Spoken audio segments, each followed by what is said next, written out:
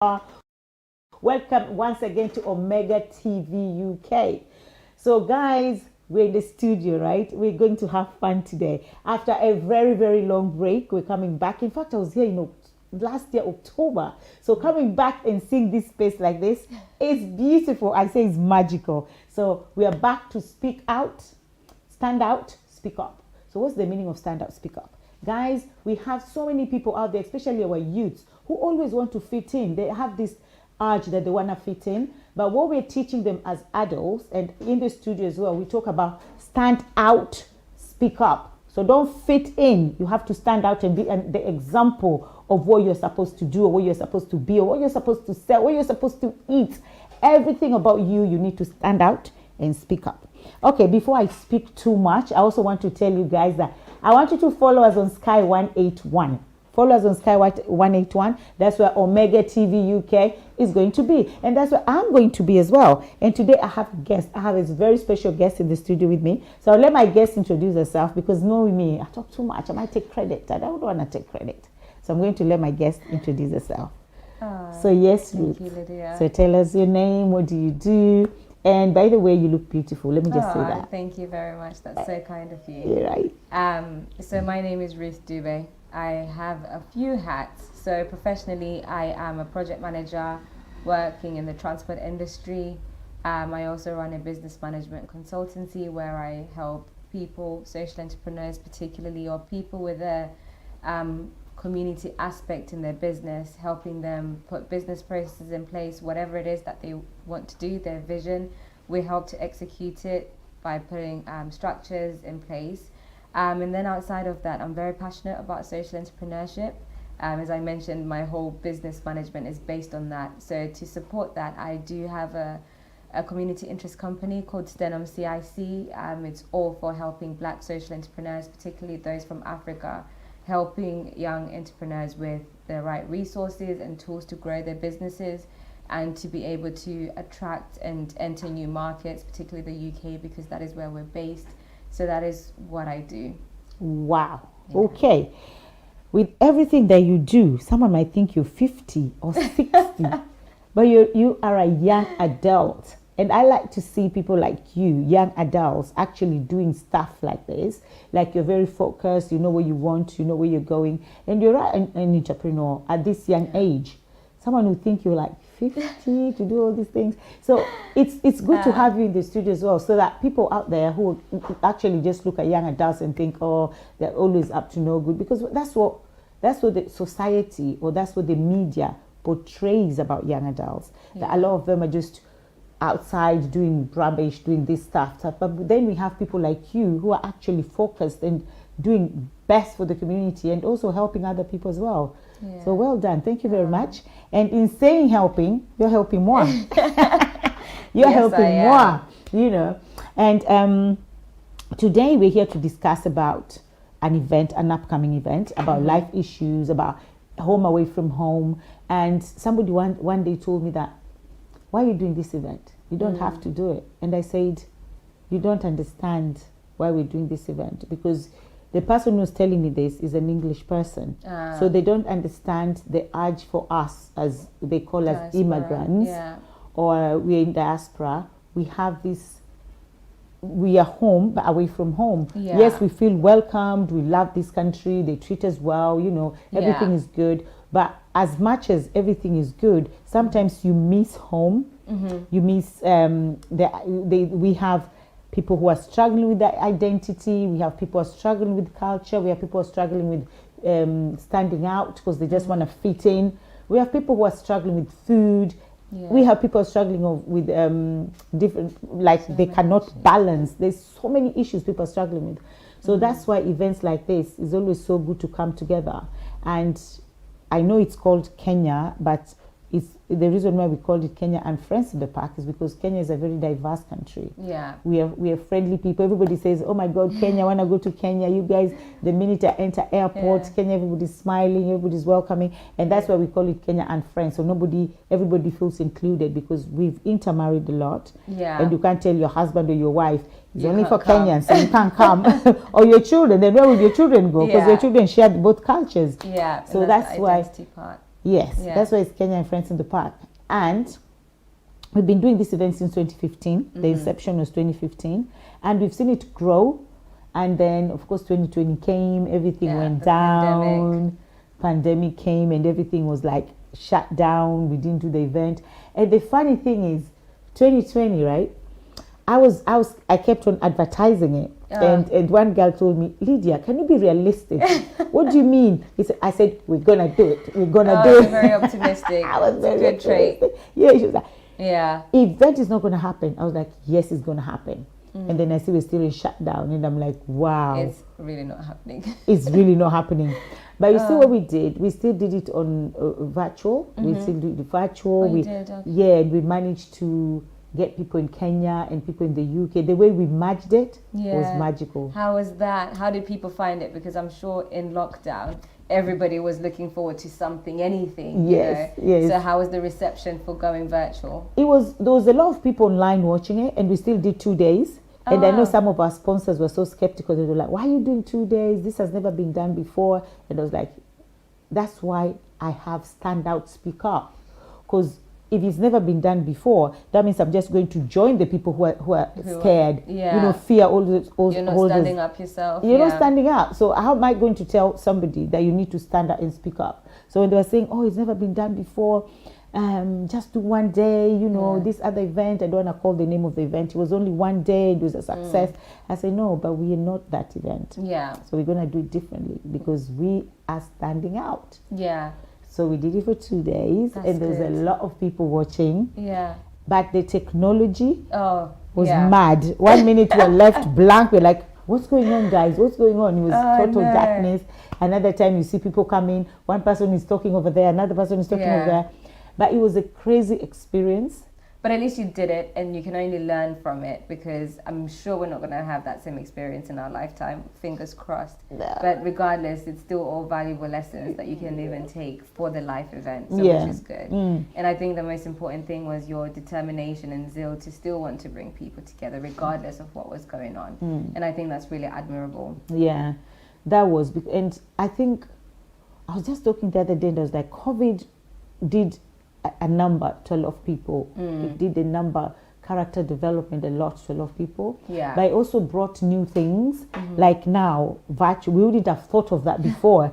But now somebody's probably in the house somewhere in Afghanistan or Dubai or wherever, and they're feeling lonely. But they can actually tune in and see something happening in America, see something happening in Mali, Mozambique, and they're like, oh my God, and they actually just feel like we are connected. We're part of it. And it's a good way to reach new audience, like you're saying. You want to promote Kenya and Friends in the Park, and you want to make it accessible. Some people, due to whatever circumstances, may not be able to make it. But then now, as you are for this year, as you're streaming the event, so people can still be a part of it, even if they are far away. And I think that's the most important thing about Communal, is recognizing that not everybody might be able to make it. So I like that you've done it over 2 days, because some people may have commitments on Saturday, but you're still offering that opportunity to join it again, but also offering an opportunity that, hey, wherever you are, come and see what we're doing. And it helps to promote for future events. People, it also builds trust as well with your community. So all valuable lessons you're learning. So it's good you're taking them on board. Oh, taking them on board. And I know we're just in the middle now. We've not gone far. But I always want to appreciate a lot of people for the help they've given me.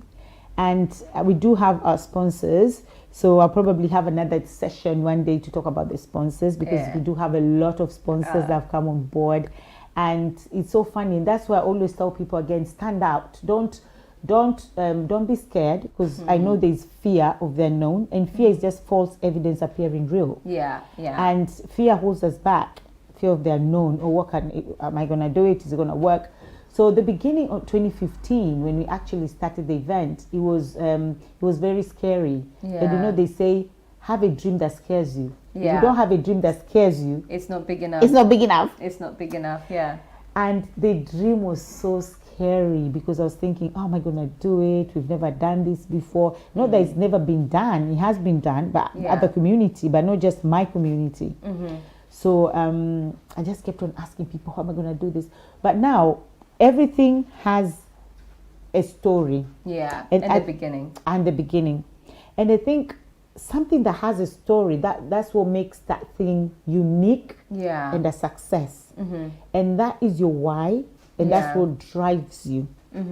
So it's the why I started the Kenyan Friends in the Park Yeah. that always drives me, that always encourages me, that always gives me the strength to do it again, even Yeah. though another year might fail, things go wrong, but I'm just like, you know what, next year It will be better. it will be better. Yeah.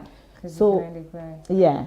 So and I'm grateful to you 100%. 100% I'm so grateful to you, because so I think next year I'll just sit down and relax and I'm like, Ruth, do everything. Now you know everything. Take over. Take over. I'm not doing anything. I just want to relax and no, watch but- through out of the fence. Yeah, And and just sit- like sit. No, Yeah. but honestly, props to you. As much as I came on a little bit later in the process, and just hearing you talk about the whole journey, I think you made it a communal event, and the fact that you have so many sponsors has shown that people believe in you. And I think for other people that may be trying to stand out and start something, is to know that it is a journey and it's about the progress that you make. Like you said, sometimes it hasn't worked, things have gone wrong, and that's the entrepreneurship journey. And unfortunately, sometimes it's lonely, but it's great to hear that you've got so many people that are, spearheading and championing you, which is always needed. And it's always good to have a community that then supports you to give you the strength, because it's so easy to say, oh no, it hasn't worked, and then okay, I'm not going to do it next year. But the fact that you're saying, no, if it hasn't worked, it's going to be better next year. Yes. And that's the mentality that a lot of people need to have, and just sheer determination that you have this dream and you have this goal and you need to make it. And I think having all these people sponsoring and believing in that idea, they've seen what you've been able to do, not only you, but the volunteers and the people that are working behind the scenes that aren't always so present. And yeah, I mean, it's really good. I can't wait. I am excited. Oh, I'm excited more than you, because last year, you can ask my producers here in the studio, we went every length, we did everything we could to have the event. But I'm not going to talk about the councils, the boroughs. That is a story for another day. Let's just do the event first, because they always say give honor where honor is due. And I feel like it's important for me to come back and actually say thank you to that borough and give reasons why. And because we've done this event in almost four different boroughs. Yeah. And I've seen how boroughs behave. I've seen the greedy ones. I've seen the horrible ones. I've seen the nice ones. And we're doing this event in Ealing Borough. And I think, to me, I was just even telling my children the other day, this borough is one of the best boroughs I've seen since, because they testify to that. Yeah, you can testify to that. And they're interested in what we're doing.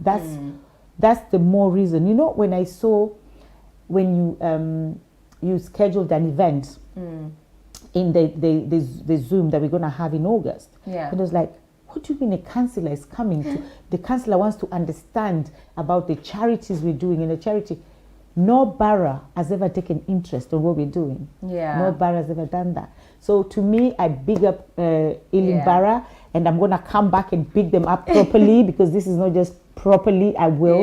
Because when somebody shows interest in who you are, when somebody sees you and asks you what's your name, right? You feel seen, you feel heard. Thank you. But when somebody just says, oh, we just want £10, and then they don't even ask who you are, they don't even care who you are, that doesn't show, that's not a good show. And these other boroughs, I'll say they've done that.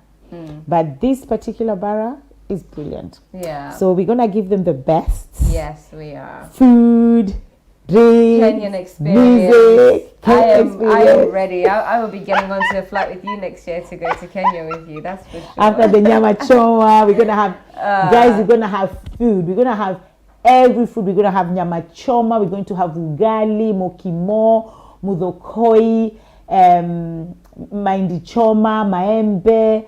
You don't know what those things are, but they all sound very delicious. I know nyama choma.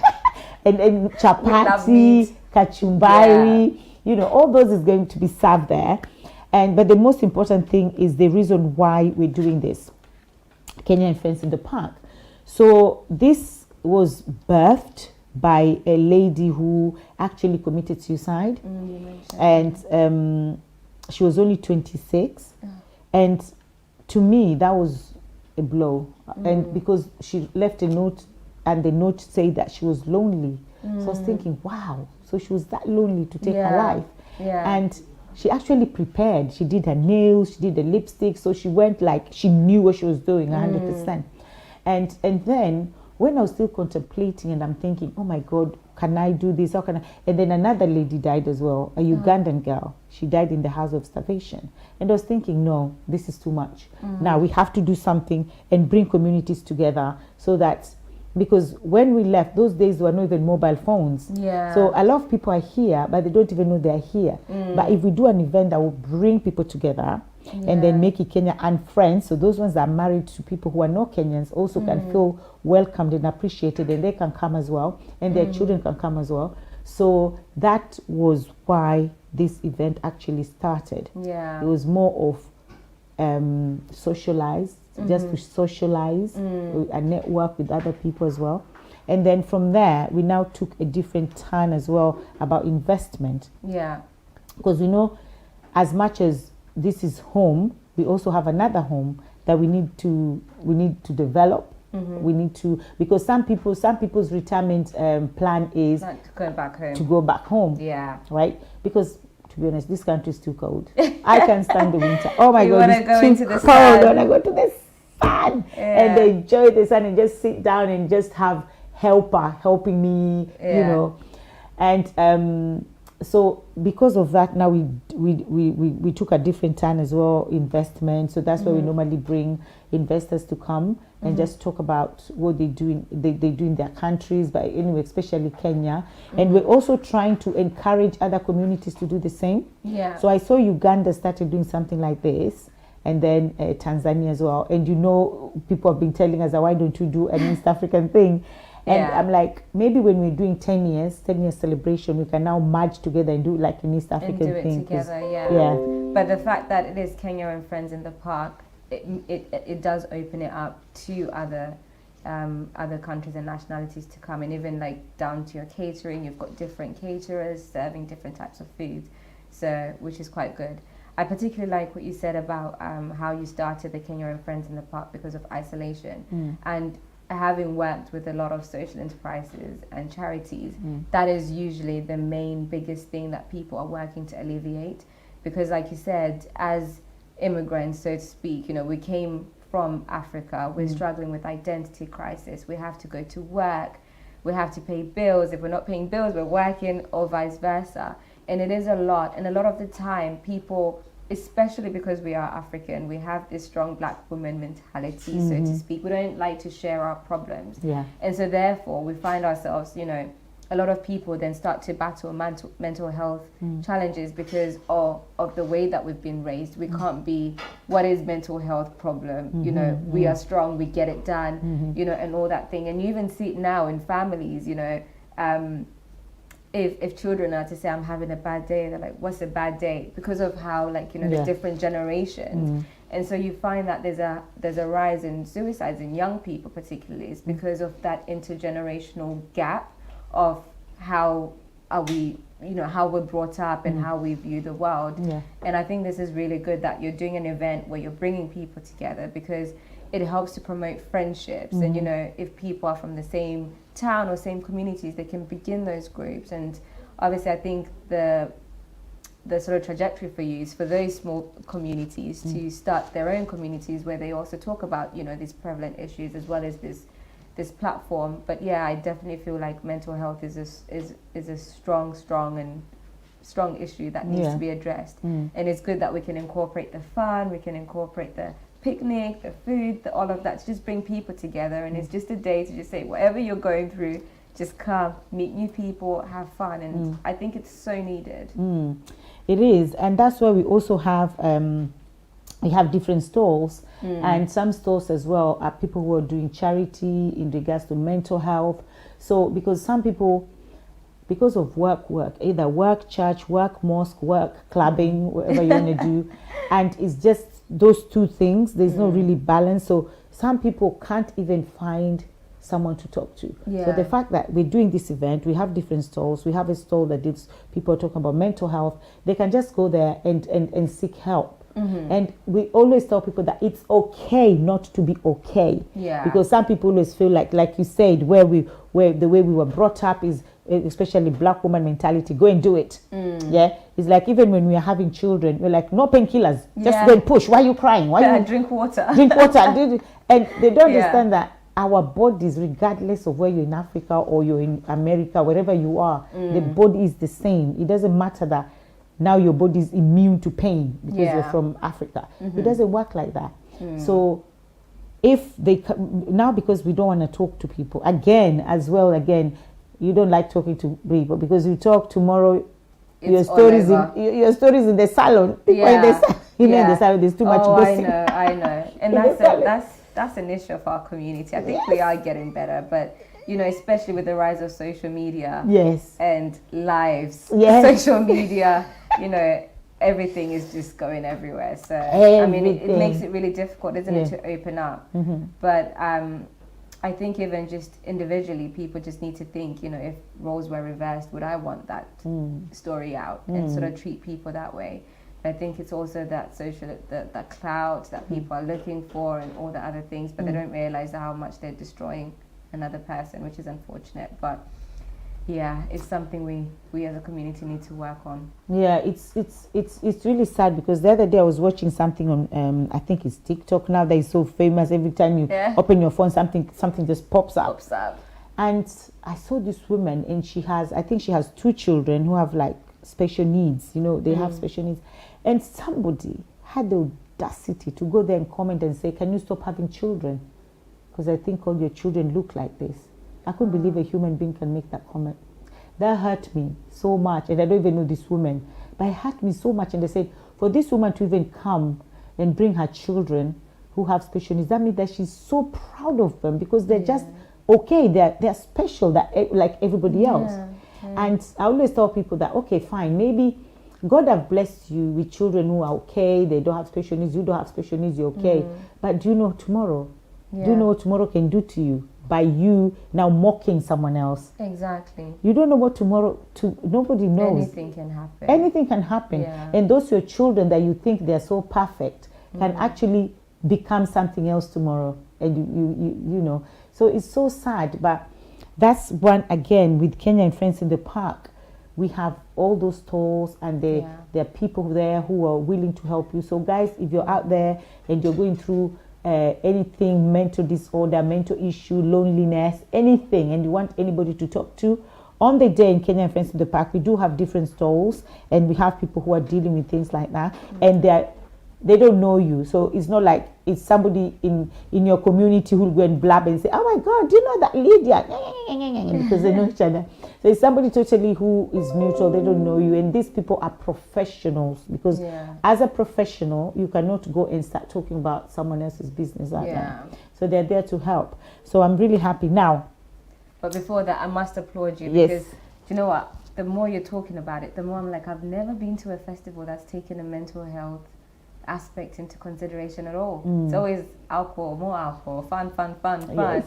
But actually, and I think it echoes to the sentiment that, the basis of why you started the organization and that communal aspect is like, yes, let's have fun, but let's also talk about deep issues. You don't have to talk to me about it, but look, we've got some people, whether you want to get their number, whether you want to go and have a chat, it's completely up to you, and you're kind of giving that power back to the community and to people, sort of work on their issues themselves without the pressure. So I think it's very admirable. Yeah, thank you so much. We also have a stall that deals with HIV, because we know how the stigma of HIV. Yeah. And people live with HIV nowadays. People live. My dad has had it for like 30 years. More than that, actually. And this man is healthy like tomorrow. You wouldn't even know. You wouldn't even know unless he says it. But because he tells people, he doesn't care. It's not something that he hides. He tells everybody that, oh, I'm HIV positive. And he doesn't, just to teach people, to show people that, look, I've had it for like 30 years and I still exist. So with HIV, and I don't understand why some people, even with insurance, because I'm also into insurance, they take it so tough. Like if you have HIV, there's restriction here. You're not allowed to take this time. You're not allowed to do this. So they do treat people so bad. And so if you know that you have HIV, there's stigma behind it. People cower, people don't want to talk about it. And because of that, it affects their mental state, and they go into depression, So we also have HIV stalls there, and they're so secretive. In fact, they don't even want to be next to stalls. They always say they want to be really quite far away. And when you come, there's so much privacy in there, and it's not like they'll do it immediately and they tell you, oh, sorry, you have HIV. They know they do it in a professional very sensitive way, because just imagine finding that you have HIV and you're in a park. Yeah. That would just destroy your day. Yeah. So everybody who is coming there is very professional, and there's lots and lots of people. So it's not just about, hey guys, let's party. We're gonna party, and food and drinking. We're also concerned about your mental health. Yeah. And that's your health in general as well. And that is what I think. And also we also have this lady who talks about leukemia as well. Okay. Because a lot of black people don't disease stem cells. She was trying to also educate me. Promote, Yeah, she was like, a lot of black people die because of that, because they don't have donors. Because we don't believe in those things. Or even giving blood. Yeah, we're like, stem cells. which stem cells? No. I am not giving my anything. Yeah. But she's trying to, so she's also coming to the park to try and educate us if it's not a scary thing. It's okay. You can give blood. You can give this. You can give this. Yeah. And what she said one day, and I was really shocked. She said that when it comes to giving those stem cells of leukemia, it has to be from your community. Yeah. I was shocked. Yeah. So if it's a black person, it's a black community. You can't get it from a Caucasian person. No. And that's why we don't know that. Yeah. And because we don't have that knowledge, we allow our people to just die because of that. Really. Yeah. Because her son perished because of that. And since then, she went on a mission to start educating black community. And I think it's breaking that stigma, isn't it? Because there is a rise of, black people especially dying because of cancer, because of the lack of knowledge of our community. So that's also good, because it's just bringing awareness. Someone might not know that, but hopefully after coming to the park, 1 or 2 people will walk away knowing that information, and it will prompt them to give blood and save a life, which is the most important thing, isn't it? Yeah. And even if one person knows about it, they can go and tell someone else. Because if you're going to those people, like, I'm going to give blood. Really? Blood? Yeah, it's like this and like this. So that one person is like a chain, seed. doesn't it? Yeah, it's like this. It goes like this. Domino effect. Yes. Yeah. So, Kenya and Friends in the Park. It's on the 29th. And it's 30th of July, so like it's a month's time. Yes, gonna exactly be there. a month. Exactly a month. So if you want more information, go on our website. Our website is www.kenyainthepark.com. You'll find the events right there, the transport, how to get there, hotels, if you want to book the hotels right now, parking, where the parking is, the stores that will be there. I mean, everything is there on our website. So relax. Now, when I started this event, it's been a journey of me thinking I can do so many things, but I have so many people behind the scene that help. The other day, somebody was telling me, but Kenya in the Park is yours. I said, no, it's not mine. It's not mine. It's a community thing. It's not. Yes, I'm the face of it, but the people that are behind it are the ones that make it happen. That are doing the doing. That are doing the doing. So now we get to 2015, 16, 17, fast forward, we get to 2023. Now, this event is like, gee, I can't do this anymore. I need to look now for a professional, not just, because how we do it is just community comes together. And everybody gives their time, and everybody say, okay, I'll be in charge of this, because I do have it's a very big team, and some team, this one that are part of entertainment, part of the cleaning, part of the stalls, part of this. But at the end of the day, they're doing it out of voluntarily. Yeah, it's their time. It's their time, so they're not getting paid. And we all know how this place is ting, ting, ting, ting. So they can only do it when they have time. So because of that, it makes everything really, really hard. So it got to a point where I said, I have to get professional to do this job. And then now I can relax. Yeah. And I remember this particular professional, I'll tell you who they are. She was like, I want you to go to the park this year and enjoy yourself. Because what happens is, I get to the park.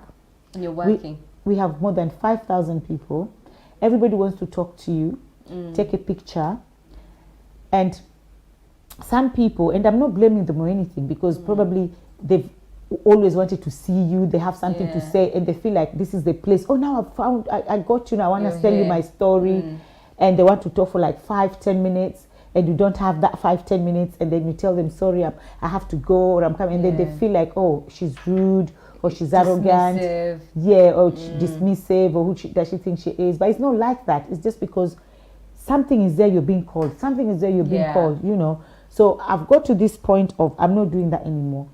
So I want to go to the park now, and I want to take pictures with people. I want to sit down with somebody. Someone wants to talk to me for 10 minutes. I know. I'll be there with them 10 minutes talk. Yeah. And I just want to be there for my people and just make them feel like, oh, she has our time. Yeah. Because for someone to pay £20 to come to the event, and then they want to talk to you, and then you're like, oh yeah, sorry. Oh, it's kind of, it's really kind of, because they're there to support you. Yeah. So it's really kind of not nice. But at the same time, I'm not doing that intentionally. I'm doing that because something is happening somewhere that needs my attention ASAP, and I have to run there. But probably they don't understand that, because they're thinking, don't you have people to help? To work and to help. So guys, this time I got a professional to do it. She's sitting right here with me. So this time Ruth is doing everything. So tell me, what has been, have you, since we met and I told you do this, what are the challenges? What do I know the challenges are plenty, because every time I get an email, Ruth, email, deal with this. To be honest, you had laid quite a lot of the foundation, so which is quite good. Getting the venue and the premise license has been a challenge, but it's been successful, which is the most important thing. So we have our go-ahead to go on. So now it's just finalizing with the suppliers and just promoting and getting people to attend. So I don't have any major concerns right now. I think it was just pretty much, are we going to get this venue? I think you had some challenges with other places before. So it was always a bit like, oh, is this going to happen again? Is it not? But it didn't happen. So that is all good. And it's good. It's great working with you. I absolutely love working with women, because not only from a business side of things, but also from a personal development side of things, because I'm still a person. I still have so much to learn. So I never go and say I know everything. So it's been so great watching all these different things you're doing in the community, the acting, the presenting. Like, I'm like, what doesn't she do? She should take my job. Honestly, you're like a superwoman. How you like manage to juggle all of these things. So it's been great, I think, from my own personal experience as well. So I am looking forward to the event over 2 days. So I can't wait for that. I think it's going to be great. I generally am not worried about anything, but maybe speak to me like a few days before. But you won't need to worry about that, because you'll be enjoying your time. No, this time I'm going to enjoy myself. I don't want to run around anymore. And I know in July they say that it's going to be a heat wave. But let me tell you something. Somebody was asking me today, is it going to rain? I said, from 2015, every single time we do Kenya in the Park, it rains. So I said, I'm not worried about that, because whether it rains, people still turn up. Whether it rains, the events still go. Come rain, come shine. Yeah. So somebody even told me, Lydia, you need to offer sacrifices to the gods. I said, I don't offer sacrifices to no gods. What sacrificing was he suggesting? I don't know. He just said, you need to offer sacrifices to the gods, because every time there's Kenyan friends in the park, it's always raining. So you need to speak to these gods. I said, I only serve one God. Yeah. I only serve Master Jesus. And I'm not scared to praise my God in public. I always praise my God, because I say that's the God I serve, the Father, the Son, and the Holy Spirit. And if God feels like, let it rain that day, so be it. He has a reason why he wants it to rain. If he says, let there be sun, it's going to have sun. Yeah. And the reason why I'm saying this is because 2018, it was hot. It was proper heat wave. We did it in Barking in Dagenham. And the council actually told us that we should go and water the ground. That's how bad it was. Was that hot? Do you know, on Friday, before the Saturday now, the event, it rained the whole night on Friday. I was like, God, why? Why is it raining like this? It would have just been a little one just to the ground and then take the rain away. No, it rained. On Saturday now, the wind. Oh. The whole of July wasn't like that. It was hot. It was just that particular day. Yeah. The wind was so bad that if you're eating with the plate, plastic it was plate, just like it just flying. takes the food away. Oh. The tents were flying. There's a time me and one lady in the council and the police, we had to run because this tent was, we just saw the tent going and it's a huge tent. So we had to run it and we held it down. And I was like, God has a reason why he allows all this to happen because I don't understand how it's hot and then only one day that I just tell God, I want heat. That's the day it rains or it's windy or something is happening. So when this person asked me about the weather, I said, I'm done asking about the weather. Yeah. I'm done checking. I'm done wanting it to be like this. Yeah. Because we pick it, because Kenyan Friends in the Park is always end of July. Because we do that just because everybody goes on holiday, and we do that because schools are closed. Schools are closed and people are preparing to go away. Everybody wants to go away, and that's the week that a lot of people go away. So we do it because we also want our children, because before maybe you go on holiday in Japan or North Korea, if you're allowed to enter there, we want people to have that taste of Kenya, which is good before they go. So on this day, I'm gonna have fun. And I'm gonna let you do the everything. weather's gonna be great. However it is, it's gonna be great. Yeah, we're gonna enjoy it. One day it was raining. All I could see is red. My hair was raining red. It was white. It was clear, but mine was red. You were just drowning in red color from your hair. And I was like, oh God. Let me just, and there's also one day, I think it was either 2017 or something. I literally cried. You know why? It was tears of joy because it was raining and people were standing there and talking like there was nothing. So I looked at this girl and the way they were talking and eating, and I'm like, what's wrong with these people? But that's the country we live, Lydia. It's the raining. UK, so rain or sunshine or whatever, we have to expect all seasons in one day. So I think people are just over the fact of it's raining, I'm not going to do anything. Otherwise, you will never do anything in this country. You'll never do anything. I think they're just used to just the UK weather. It is what it is. But it's going to be great either way. Yeah. So, yeah, exciting. Okay. So I'm looking forward to this event. And today, because we've been away from, I've taken a very long break from the studio. So today is my first day. And I was thinking, what is it that excites me so much? I know a lot of things excites me. Talking about domestic violence is something that is so close to my heart because I went through it.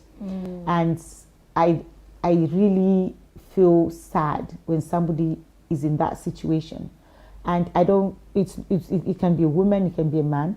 Because I have one of my friends actually, this guy, I'm just like, I'm following your footsteps. He was in a domestic violence relationship. This is a man for 25 years, 25. Until one day, the wife hit him and he had like 16 stitches on his head, operation. So he sent me the pictures and I was like, what? Because when you saw them outside, they were so happy. Or this is the thing, isn't it? Always my God, portray an image. They were so happy. But anytime, now when he said it, you start thinking back. Going back like, 1 + 1. Yeah, that's why. Because every time there was an event, you see the guy just seated by himself or maybe just on the bar drinking. And anytime he's talking to people, especially women, the wife will be there like, oh, hi, Yeah. But that, I just thought, oh my God, these people love each other. Knowing that the guy was going through domestic violence. And he came out of it, thank God. But he had to take stitches for him to come out. Because now everybody knew about it. Right? Because me and the passion about this, I exposed it, right? And everybody was like, huh? So because of that, the man just thought, now everybody knows, because I spoke about it. And if you see this man now, thriving. He is so happy Oh, that's so in good. another relationship. He got this woman. Now, he never been posted on social media before. Now he posts on social he's media. happy. And he is having the life, you know. So this is just to tell people that there's life after divorce. There's life. There's another life. Don't think that I just have to stay here because if I stay here, what happens? Yeah. The guy was there for 25 years. Probably was scared of what if I leave? I don't want to be alone. Yeah. I don't And you wanna know be what? alone. It's sorry, I'm just No, jumping that's in. fine. I'm just thinking I also work with another charity that, you know, deals with domestic violence and so forth. And I think I've seen it just through my own upbringing. So I'm a first generation migrant, so which is fine. I feel like I'm the bridge between the mums and then the young people. So because I can understand how they were brought up, but then I also understand like living in the UK, the lingo and everything else. But you know, even when it comes to marriage advice, because I'm recently married, it's Congratulations. oh yeah, thank you. Is the stigma around like, oh, you know, stay in the marriage if you're unhappy, you make yourself happy. Yeah. And I find like even with a lot of like older people, you can even tell they're unhappy, but it's like they're persevering because the stigma and because that's how they've been brought up. And it's how do you, I mean, it's great for this guy, but it's having to unlearn everything that you were taught about marriage to being like, you know, if the situation is bad, whatever, you know, people may be going through, whether it's domestic violence or just other things in a marriage, is how to move forward despite like the situation that you're in and how you move forward, because it's not always easy. And again, it comes down to that whole, if I speak to someone in the community, they're going to expose it. And so people stay in these tough situations because of everything that's surrounding them and the battles that they have to face around the community because people don't support them.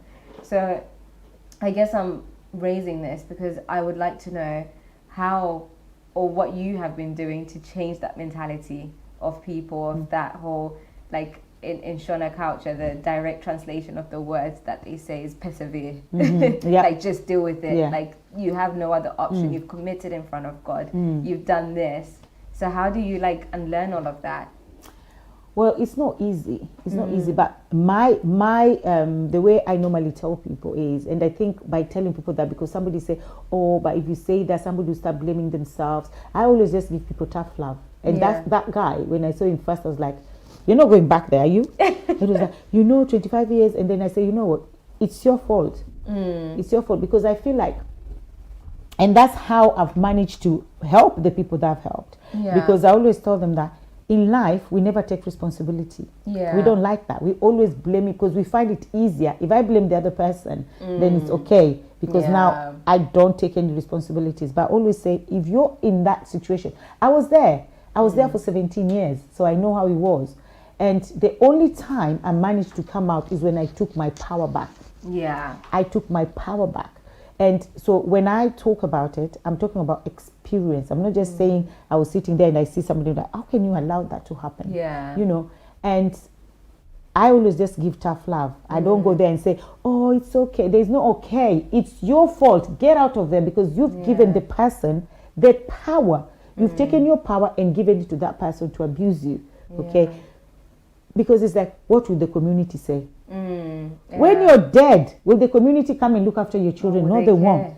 What will the society care that you don't? No, they won't. The same society that you're thinking of are going to actually talk bad about you. They're going to mistreat your children. Look at when that woman, Osanachi, the gospel singer who died in Nigeria, people started blaming her. How could you do that? The woman is gone. And some people are blaming her more than the husband. How could you allow that to happen? But yet, the same people that are blaming her, she was thinking of, what are these people going to say? What are they going to say? That's really good advice. Do you understand? What are they going to say? Oh my God. So you take your power back. Take that power back. That's the only time that everything will change. But you have to take responsibility. Stop blaming this person. Take responsibility for your own actions. Your own actions is staying there, especially those people who have children. Oh, I'm there because of the children. It's not true. That's an excuse not to go anywhere. It's just because of the children. You know, that's why I'm staying. No, it's because I don't have. Because even women who have career women. A magistrate. There's a woman I know, she's a magistrate.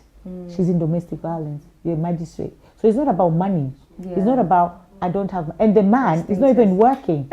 Senechi, the husband wasn't working, she was the one bringing all the money. So it's not about money. So when you hear them back, they sound quite comical, but actually people that are going through them, it's like a bigger thing that they're going through. Yeah. Isn't it? So there's always excuses. We always look for excuses. Oh, because I didn't have money, because I'm scared of the society, because of my children, because of this. When you pass on, you leave those children, the same children that you're trying to protect. You're actually even damaging those children more.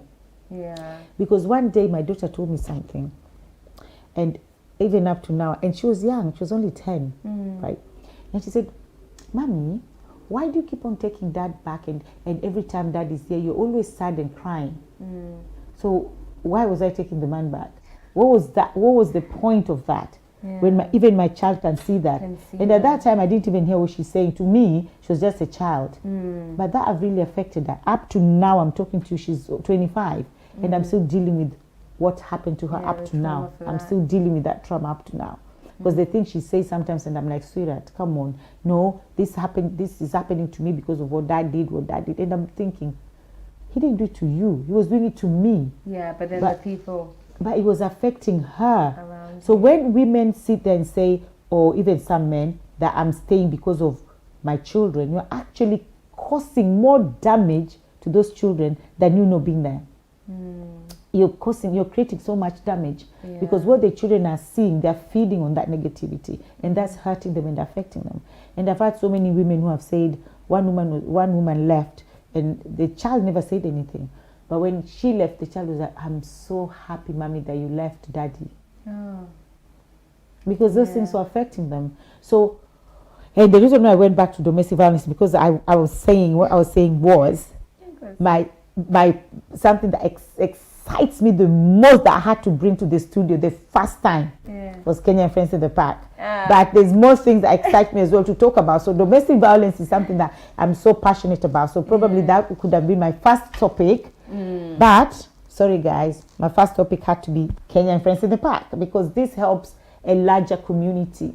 It helps a larger community with what they're going through, especially socializing life. Yeah. So it helps a larger community. So we can't be selfish and just talk about only domestic violence. Yeah. So the first time today was Kenya and Friends in the Park. Yes. And you have a sponsor that is giving away some free tickets. Oh, yes. We have, guys, if you've not bought your tickets yet, we have a sponsor, Lemfi, and they're giving 500 tickets away. So if you've not bought your tickets, guys, don't worry. You can call us and ask us, how do I get free tickets? So they're giving 500 free tickets, guys. So if you've not got your ticket is £20. So if you've not got your £20 ticket, don't buy it. Phone, find out, how am I getting my free ticket? How am I getting my free ticket? And it doesn't matter how many people you are in the family, you can get the free ticket, guys. So phone in. And we also have Kenya Airways that are giving 2 free tickets, 2 raffle tickets to Kenya. From London to Nairobi, or not Nairobi, London to Kenya, wherever you want to go, Mombasa, Nairobi, Nakuru, Kisumu, wherever you want to go. So it's from London to Kenya, Kenya back to London. Free tickets, and we're only doing a raffle for £10. So it's only £10. So with £10, that you cannot even go to Manchester with £10. You can't even buy McDonald's with £10. You end up going to Kenya, 8 hours flight. With KQ, whoa, I'm buying that raffle ticket right now, because one person will have to win, definitely. And that person might be you.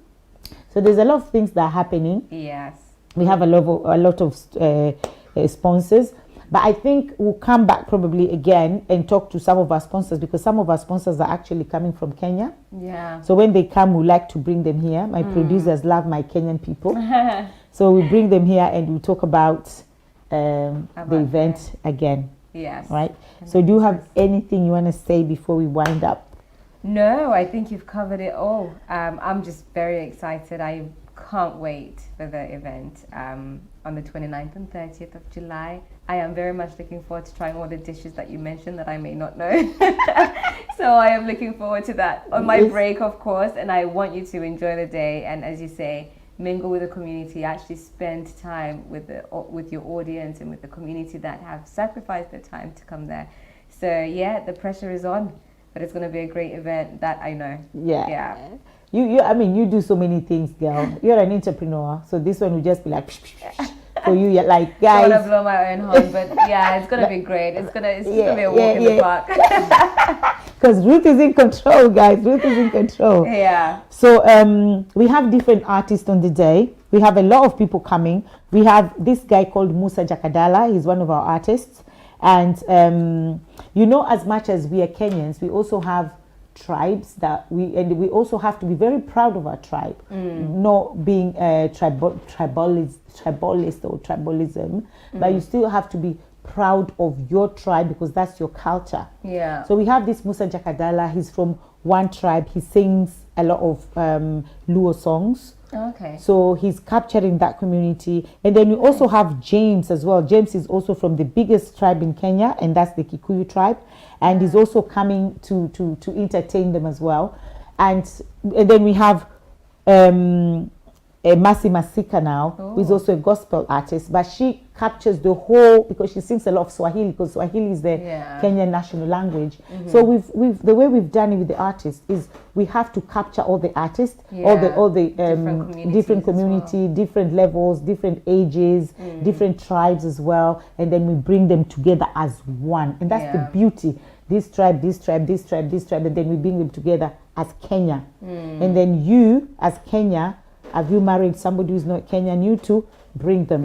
So we are all together as one, and that's the beauty of the artists we have. And then we also not forgetting the youths. So we also have Benson and Neville. Those are to capture the youths, and they're also there because these guys are doing so great. I wouldn't say they're new kids on the block. They've been around, but we need to promote them as well. And then they're coming for the youths, and then we also have local artists. We have a lot of local artists because we always believe that charity begins at home. And actually saying this, Sarah Ikumi, I don't know if you know Sarah Ikumi. I do, yes. Her first performance was 2015 in Kenya and Friends in the Park. And if she does this, I have the clip. I have the clip of us singing on stage on Kenya and Friends in the Park.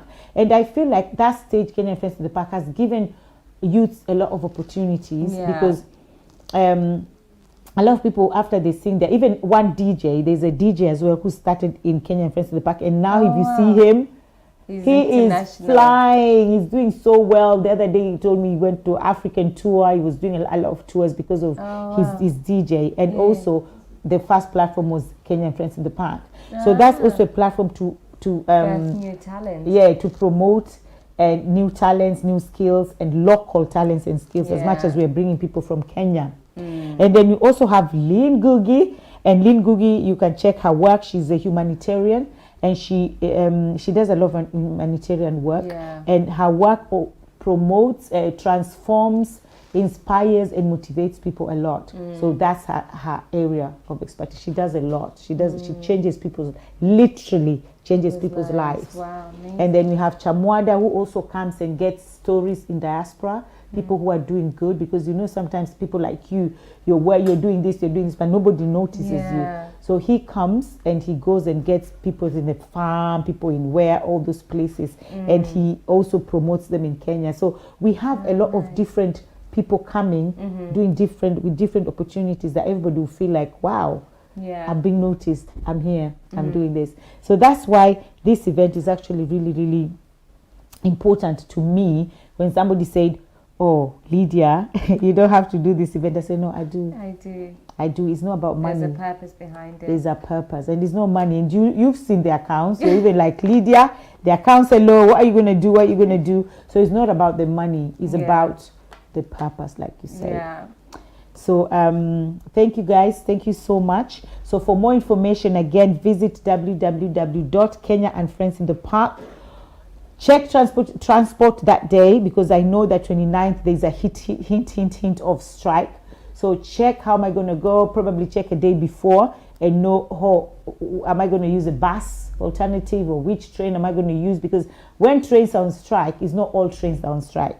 So just check your journey prior, so you don't get frustrated on the day, on the 29th, you think, okay, I'll leave at 2. You leave at 2, there's no train, there's no this, and then you've paid already. Your children are there distressing you, mommy, daddy, grandma, we want to go. So check your journey prior, a day before or a week before. And then also accommodation, especially those people who don't live nearby. I've got my own accommodation and I live in London, but I don't want to do that traveling. And I use Elizabeth line, but that line sometimes is not even reliable. Sometimes I don't know, they're not working. So make sure you check accommodations as well. And right now accommodation is going so fast. And so parking, parking for people who are driving. There is no parking there is no parking anywhere in the premises there, but there is parking in Ealing Broadway, right? Yeah, and around. All the details will be online. And I think just to help with that, if people are drinking, then we probably want to suggest that they take public transport. But yes, all the information will be on the website. So just make sure you plan your journey. Yeah. Make sure you plan yourself. And like Ruth said, if you're drinking, it's okay to drink and have party, but we have to be responsible. Yes. So don't drink and drive. Please don't drink and drive, because you might have proper fun, but then the end might be disastrous. So guys, don't drink and drive. There's parking. There's loads of parking. The Ealing parking is around £6 to £12. Yeah. And it takes up to 700 cars. So that's fine. But when you get to Ealing Broadway, you still need to get a bus to the venue. So that, check the website. Everything is on the website, guys. So, and buy your tickets on time. Tickets are £20 a day for adults. If you're coming for the 2 days, it's supposed to be £40, but it's £35 if you're coming for the 2 days. And I've seen some people have purchased £35 tickets already. So welcome to Kenyan Friends of the Park. We have children under the age of 18, from 18 to 10 to 18. You're paying £10. Yeah, £10 a day. And then if it's 2 days, it's £20. But if you're coming for, you get 15. It's £15 discount. And then under 10s are free. Under 10s, please do, parents. Sometimes we are a little bit naughty. We're like, you go, just go. Me, I'm going to work. Don't do that. Because children under the age of 10 are not going to be allowed in the park without a responsible adult. So if you know that you're going to work that day, please don't send your child by themselves. Let them stay home and watch cartoon, right? Instead. Or they can watch it online, because we're going to stream it as well. So don't bring them there. Don't send them there by themselves. Because I know some parents maybe live in London. You might say, oh, just go. Or living near Ealing. They won't be admitted. Do not bring alcohol. 100% alcohol is not allowed. Going to be confiscated. Please don't bring alcohol. Don't bring drugs. 100%. Please, even if it's a small weed and you think it's just small weed, don't bring drugs. Please don't bring weapons. Don't say, I have to bring weapon to protect myself. No, Jesus will protect you. Please do not bring any weapons. And police will be called if you're found with weapons or drugs. Police will be called. If you're found with alcohol, they'll just take it away. Don't bring food, because they have food in there. Because you bringing food will be liable if anything was to happen. Food poisoning, it will be, we saw that food, we got the food from Kenyan Friends in the Park. So do not bring your food, okay? So what else? Just bring you positive vibes. Picnic blankets. You can bring picnic blankets, lasos, shuka, your own tent, your own chair. If you want to bring the sofa from your house, you're allowed. Those ones you can bring 100%. Yeah. I think that's about it. You've covered everything. Yeah. Okay, cool. So thank you so much, everybody. We'll see you on the 29th and the 30th of July 2023. Do you have a takeout speech, something? Oh, I've already done it. You've already done it. So thank you so much. Yeah, thanks to everybody. Thanks for tuning in. Thanks for listening. And we hope to see you. I will be running around, obviously, but I hope to see you on the 29th and 30th of July. Okay, thank you so much, Omega TV UK. And like we always say, it can only be God. But before I go, I want to say thank you to very, very important, special people, my producers. You know, sometimes when you go to an event and you're a camera person, nobody takes you a picture. You go to eat in a restaurant, nobody says thank you to the chef. Do you know how rude that is? They say thank you to the waiters, but not the chef. When you're doing, who else again never say? A bus driver. Nobody even says thank you. They just enter and put their oyster, go and sit down. Nobody says thank you to the pilot. I make sure I always say thank you. When I'm going, I say thank you to the pilot, Thank you to the bus driver. Thank you to the chef. And especially, thank you to my producers. They make me look beautiful. And they don't have to, but they do make me look beautiful because they are good people. So thank you so much, my producers. And I'll say until then, I'll see you again next week on Wednesday. Stand out, speak up, and also follow us on Sky 181. Don't forget that. Until then, God bless you. See ya.